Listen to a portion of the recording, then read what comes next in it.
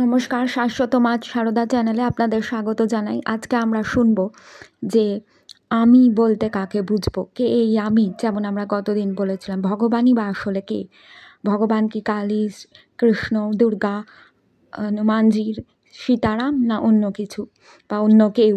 এবং আমি মানে কি এই শরীর মনটাই আমি, যার জন্ম হয়, আবার আমরা বড় হই, আবার মারা যাই, আবার জন্ম নিই। সেই আমি কি প্রকৃত আমি, না আমি বলতে অন্য কিছু?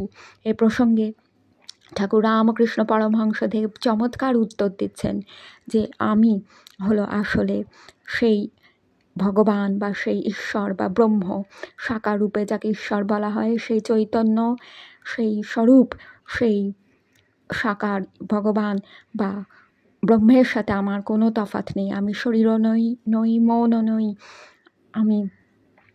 আমি আর অন্য কিছুই নই। আমি এবং আমার ইষ্ট দেবতা বা ভগবান এক এবং অভিন্ন।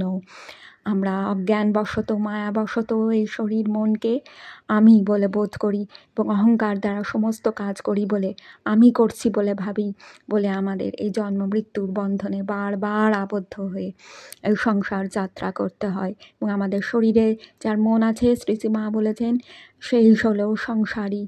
কাজেই আমাদের এই জন্ম মৃত্যুর বন্ধন থেকে মুক্ত হতে বুঝতে হবে যে ভগবান আর কেউ নন, সেই চৈতন্য এবং আমি এবং ভগবান এক।